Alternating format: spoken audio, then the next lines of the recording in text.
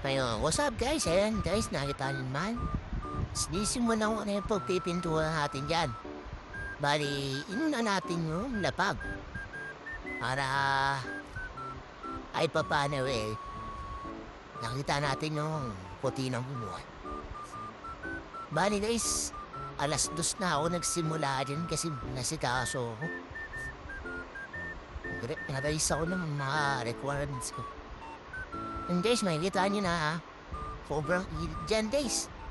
2:00 na tanghali, nandiyan ako. Walang mag-isa dyan. Yan, tamang pintura lang. Yan.